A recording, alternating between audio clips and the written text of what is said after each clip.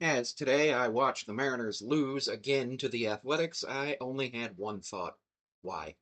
Why are the Mariners losing to the Athletics again, and why is it a one-run a game again?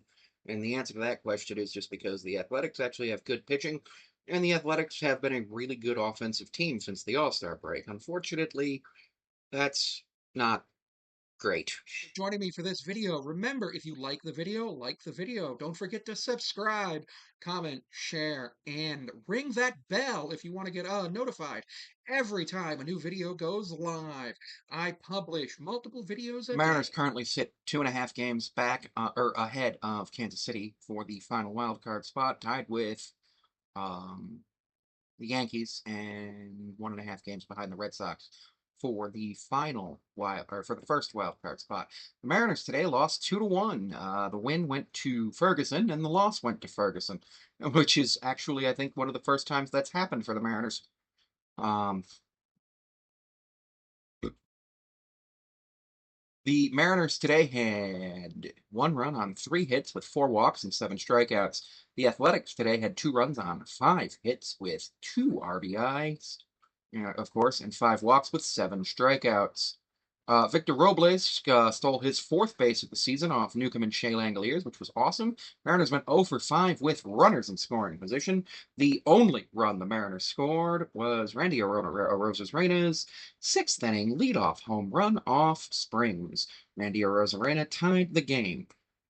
He was the only Mariner to score a run or drive in a run. And 0 for 5 with runners in scoring position, leaving 7 on base is a major problem. Soderstrom stole a base for the Athletics, while they went 3 for 11 with runners in scoring position and left 9 on base.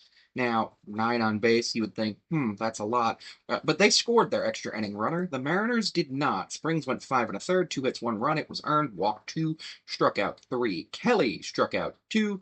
Newcomb struck out 1, Ferguson struck out 1, and Harris went 2/3 of an inning to close out the game and earn the save. Walking 1, striking out nobody. Mariners actually had the bases loaded during this game in the bottom of the 10th inning, so they had a chance to win. George Kirby, 6 innings, 4 hits, 1 run. It was earned, walked 3, struck out 3. Pretty much your classic George Kirby start. Yeah, he walked a little bit more than you thought, and he struck out fewer than you thought. Gabe Spire, 2 strikeouts. Bizardo issued a walk. Okay. Mooney had 2 strikeouts. He played a lot better than he did yesterday, where he almost blew the save. And then Caleb Ferguson came in, 1 hit, 1 run. It was unearned, issued a walk. And both teams played 10 innings. Now, Randy Arozarena today went 1 for 5 with 1 hit, 1 RBI, and 1 run. Cal went 0 for 4 with a strikeout. Randy also struck out. Julio 0 for 4, 2 strikeouts. Gino 0 for 3 with a walk and a strikeout. Josh Naylor walked and had a hit, 1 for 3. Mitch Garver 0 for 3. Jorge Polanco came in and walked for Mitch Garver, which was awesome. Victor Robles 1 for 4 in his return to action, and he did strike out once, and he failed on a bunt attempt in the bottom of the 10th.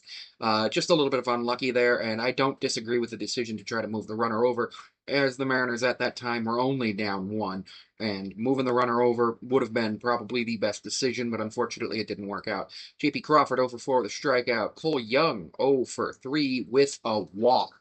Total, the Mariners had 33 at-bats with 37 plate appearances. It was just overall just a very bad offensive game. All of the runs that the Mariners scored yesterday and today have come via the solo home run, which is pretty unacceptable if you want to actually go ahead and make a team that's going to win. You need to have ways to manufacture runs. You need to have ways to get runs over. You need to have ways to get people on base ahead of those solo home runs. And unfortunately, the Mariners were not doing that. Now, the pitching staff played incredibly well, giving up only 1 earned run.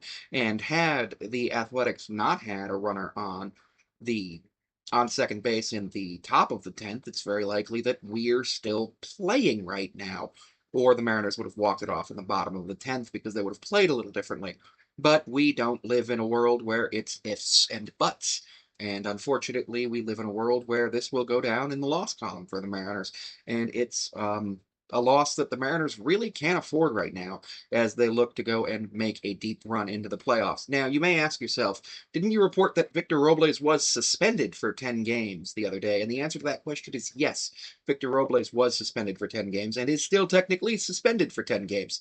However, Victor Robles is currently appealing that suspension, and due to that, he is allowed to play games at the major league level until such time as he is able to have his suspension hearing, and that will tell him how long he is suspended, whether he's suspended or not, and all of that. At that time, the Mariners would be required to comply with the Major League Baseball suspension ruling, meaning they would have to play down a player.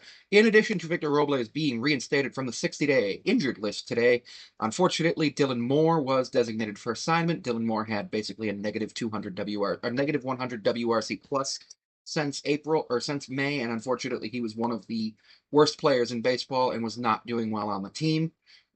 He played for the Mariners for 5 seasons and played well for the Mariners for most of them, including winning a utility gold glove last year. I don't know what happened, and I hope he can bounce back. He may need to go down to the minor leagues to try to learn more stuff or try to rework on his game, but at this point, I don't actually know what happened to Dylan Moore's game, and I am incredibly disappointed that happened, but it could just be the normal part of the aging process. As you age, reflexes get slower, your ability gets slower, and your ability to see gets slower. Maybe he just needs new glasses. Who knows? But overall, not a great game. Mariners made a transaction today with the Robles reinstatement and the Demo going down on a designated for assignment. Unfortunately, he's out of options.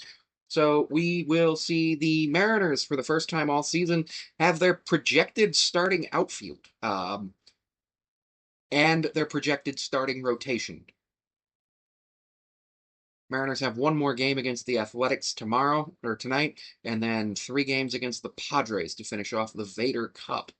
Not feeling confident about that.